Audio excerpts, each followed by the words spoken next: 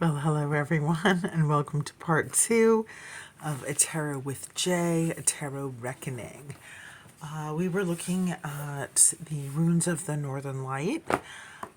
This is a really cool rune deck. I don't have rune stones or tiles, but I do have rune cards. And I like to run it with Chris Ann's Light Seers. My actual deck is in a different room. This is a pirate deck that I got accidentally. So I went and made that by getting the true deck, but I do still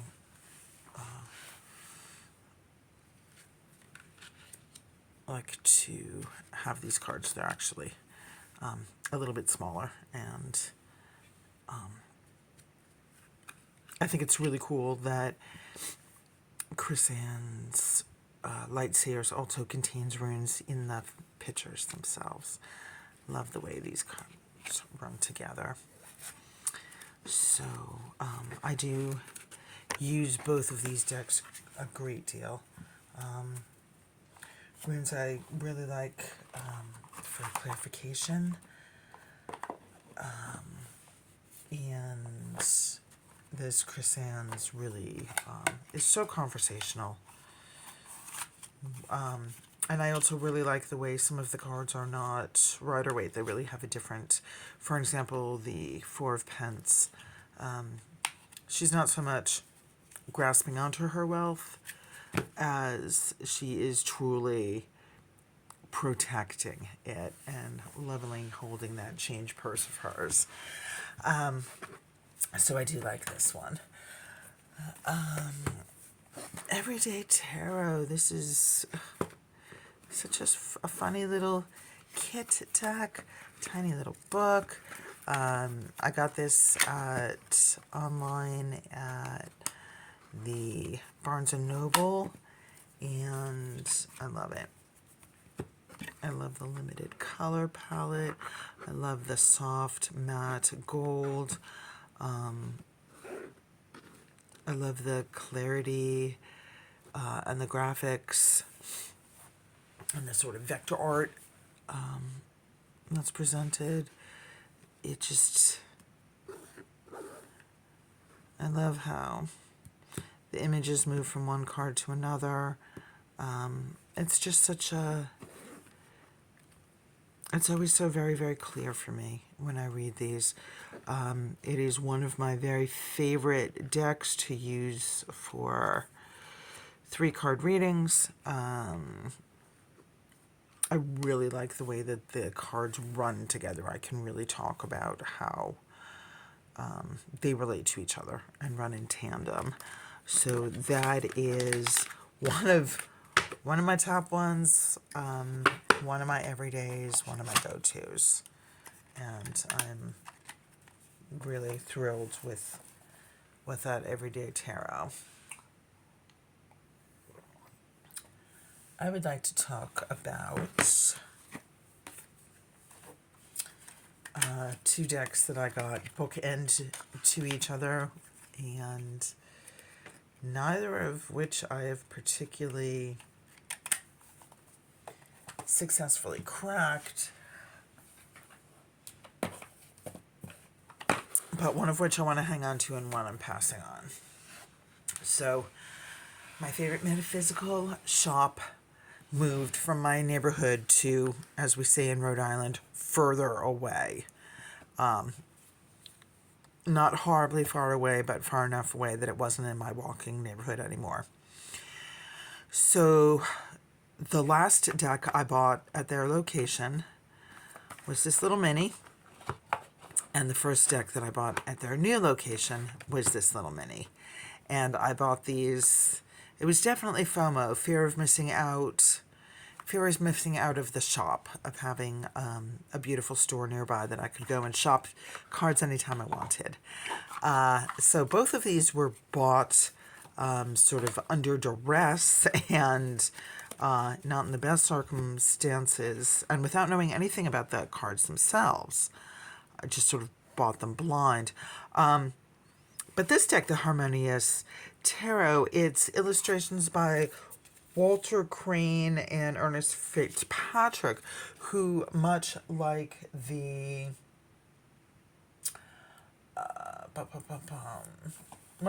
Rackham Tarot, are,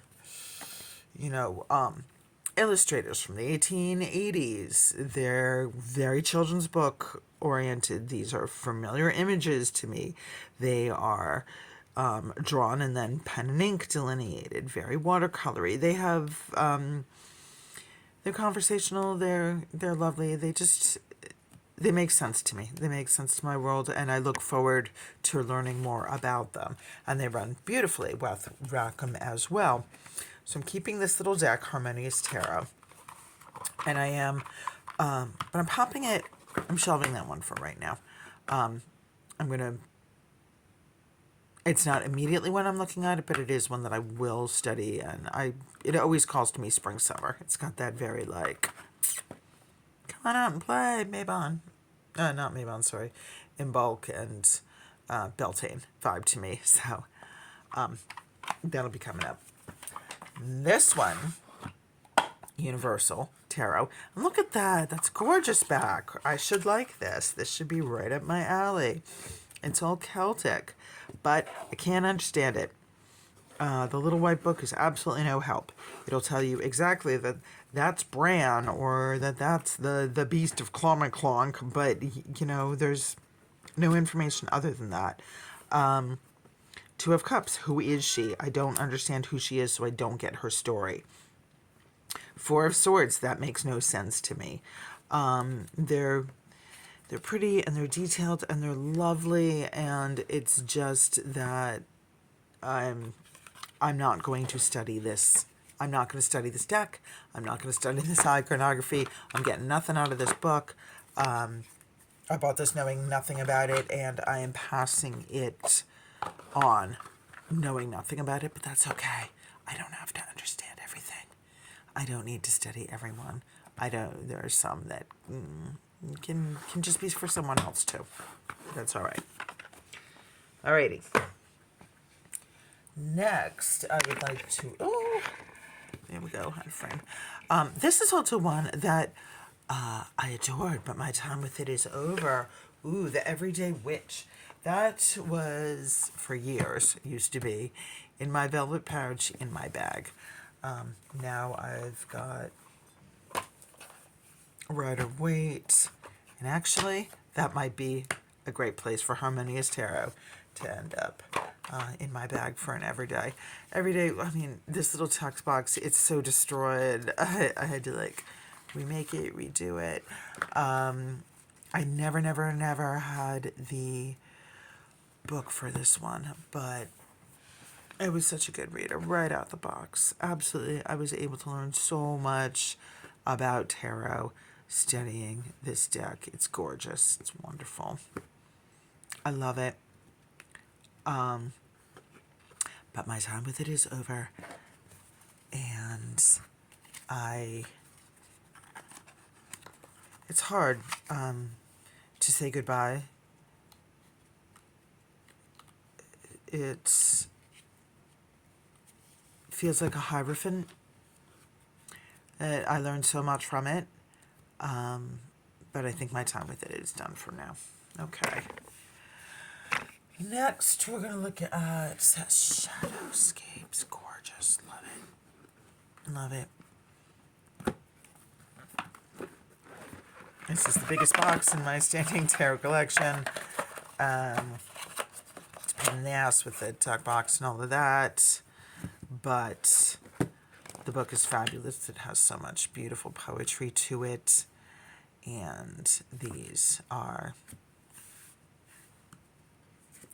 exquisite, glowing, purple, phenomenal.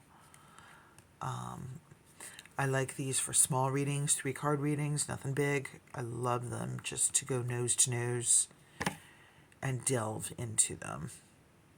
This one, I love that the book has black and white illustrations. The black and white illustrations actually help me see some of the details that the color version distracts me with. So that's why I keep these ones with their book so closely, because I really learn a lot between looking at the black and white information in the book and the card itself in color. I'm really able to glean out a lot more info. All right.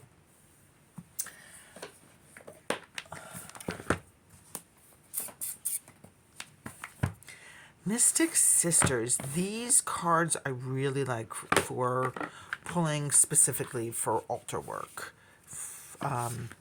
These I also modified by putting keywords on the bottom, but they're intentional. There's some great healing cards in here. Awakening is fabulous for coming into spring out of winter. Aphrodite is a really fun Valentine's card to pull. Snow Queen. There are a lot of elementals, bee goddess, a lot of fae energy in this deck, and I keep that one not to throw tarot or read with it, or throw oracle, but to pull cards specifically for altar work.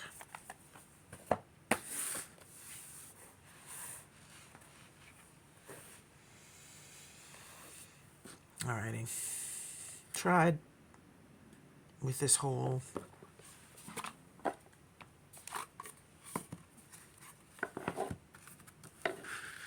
the book looks beautiful. It's astrology.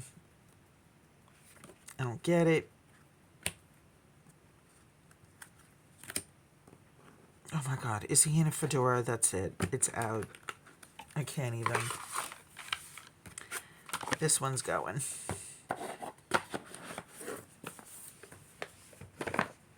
Okay.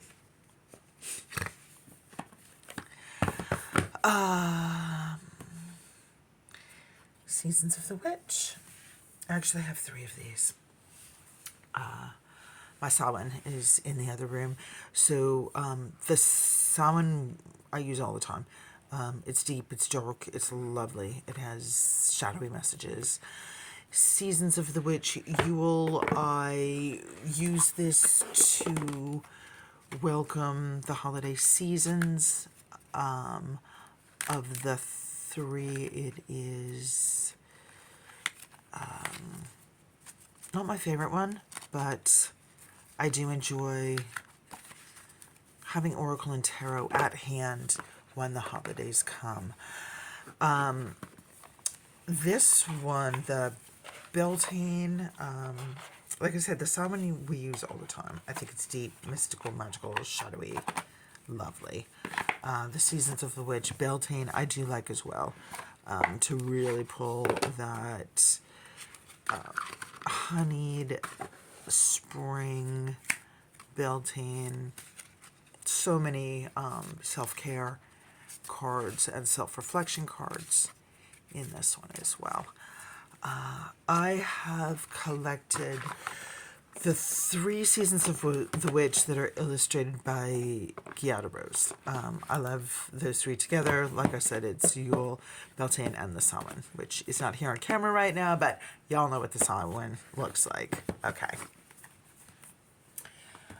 I'm going to take a little stretch, and we're getting toward the end. This is one of the first decks of cards that I received as well, the Aquarian. This one, and I've got those like crazy koi dragon explosion backs. This is not a deck I read with. This is one I keep because I inherited it. It's beautiful. I did some tarot textiles and made tarot bags with the first version of this deck that I had. That was a year-long project and went beautifully. I really, really enjoyed that. And it really helped me get to know tarot on a hands-on basis. But this is a historical collection deck. It's very, very light. It has a really Aquarian air quality to it.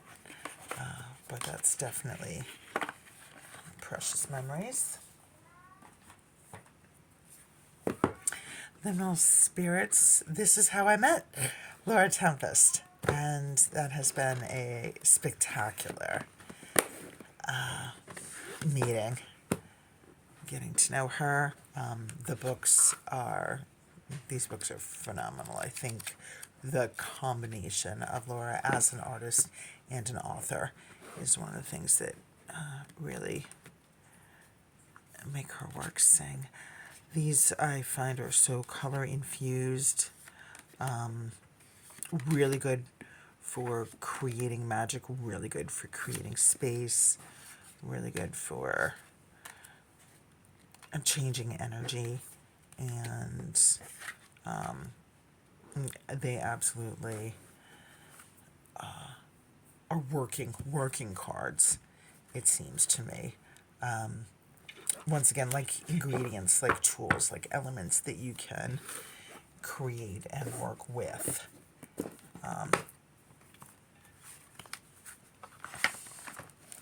That's right, my box copy is signed. Thank you very much. Yeah, so that also represents my time getting to know Laura Tempest as well.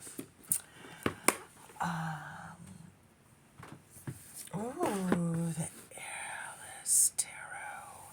This one is very, very interesting.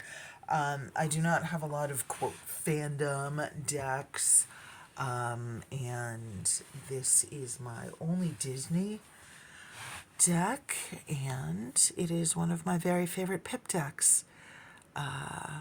This is the deck that taught me all about Pips, and actually helped me understand Pagan Otherworlds a little bit better. The guidebook is super fun. I like the way the guidebook is written. It's very tongue-in-cheek and very Alice, actually. These cards are great. They've got like such a nice snap and bend. They've got, I don't know, they handle so nicely. They're chunky, but they absolutely like fold in the hand and bridge, and they're lovely. So, what do I mean by Pips? Oh, here we go. So here in the Ten of Hedgehogs, and the hedgehogs are pentacles. So 10 of Pentacles is usually legacy, hierarchy, that family tree, that kind of cabal. And here you see they're purple ones, they're purple hedgehogs and green ones. So the purple one is like, I'm in your family and you're in mine. And the green one is like, I'm in your family and you're in mine. And it shows that family tree I can see here. Let's see if we can find another one. Oh, this is great. This is the Seven of Teacups. So the Seven of Cups is like dreaming and pie in the sky, and you can be anything you want, and what are you going to dream of? And what's on those little cups? Oh, it's tiny little cards. So that tells you you can dream anything. Dream it, be it. Let's see. And here we go. Six of Teacups. Six of Cups would be happy childhood, nostalgia, family, happy childhood, nostalgia, and memories. Alrighty, focus in, friends. Do you see that little pattern? That little pattern of the little hearts and made into flowers was exactly what was on the teacups that I used to play with match set when I was a kid. The casserole in 1970 that my mom would make for dinner. That's that little childhood memory. That's that little image right there. The Hierophant as Alice's sister sitting between the trees. Oh, this The Seven of Spears, that's a line that's clearly drawn. What are you going to fight over? What are you going to... Where's your line in the sand? Where is your delineation? It's right there. So, anyway, I was very surprised that I could get so much out of this as a pip deck. Especially when people are beginning to, I don't know, talk about this deck in sort of the pips were such a negative for so many people, and they're such a positive for me. Also, I love this box. This does not exist as a card. This is the story of the cards in the deck. I think it's really cool to have a box be so descriptive, not just to show a singular card, but to sort of narrate the experience that we're going to be having. Anyway, I really like that one. It's a keeper. Okay, Spirit of the Animals Oracle. Not sure about this one. It's beautiful. The art's gorgeous. The messages are very, very supportive. There's a lot of message to it. It has a good guidebook, and then there's so much that's just there on the cards, and they're really positive messages. I felt that these were really helpful when I was doing weekly therapy, to pull a card, to add to therapy, to add to journaling, to add to that kind of support. It's not quite the message I need to be hearing right now, but it was really helpful. So this is another box. This is another deck where I'm going to be shelving this for a little while until I feel that I need to hear a message from Spirit of Animals.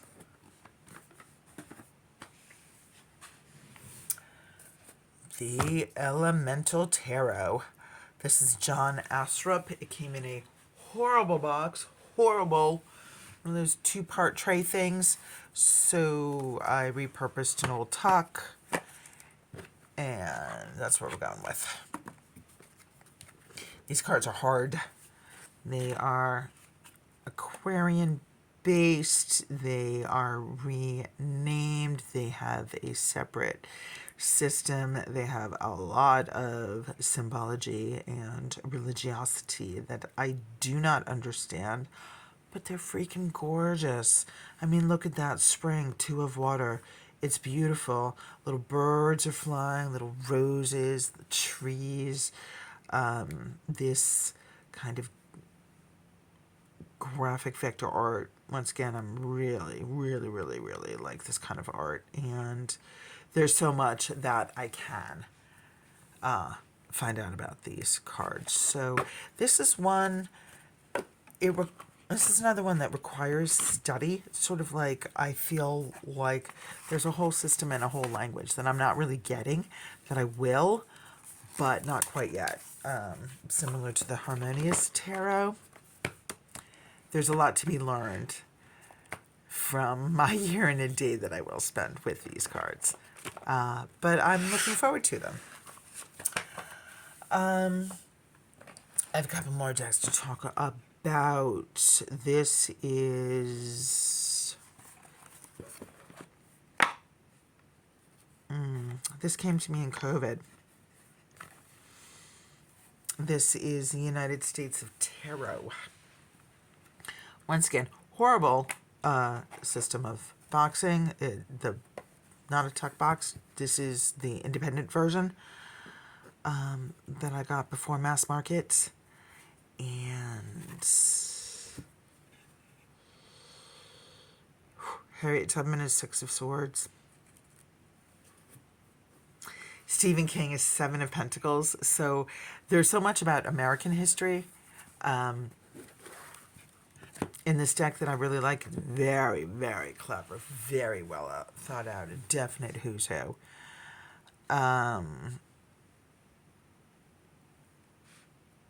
talks about racism in America, talks about slavery in America, talks about politics in America, talks about the Trump years in America.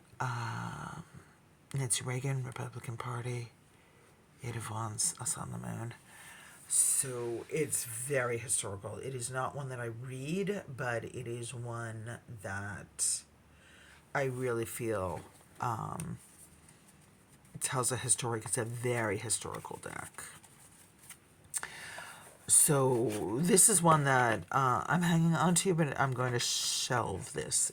It doesn't need to be out and about in my daily collection, but I do want to, honor that and keep that around.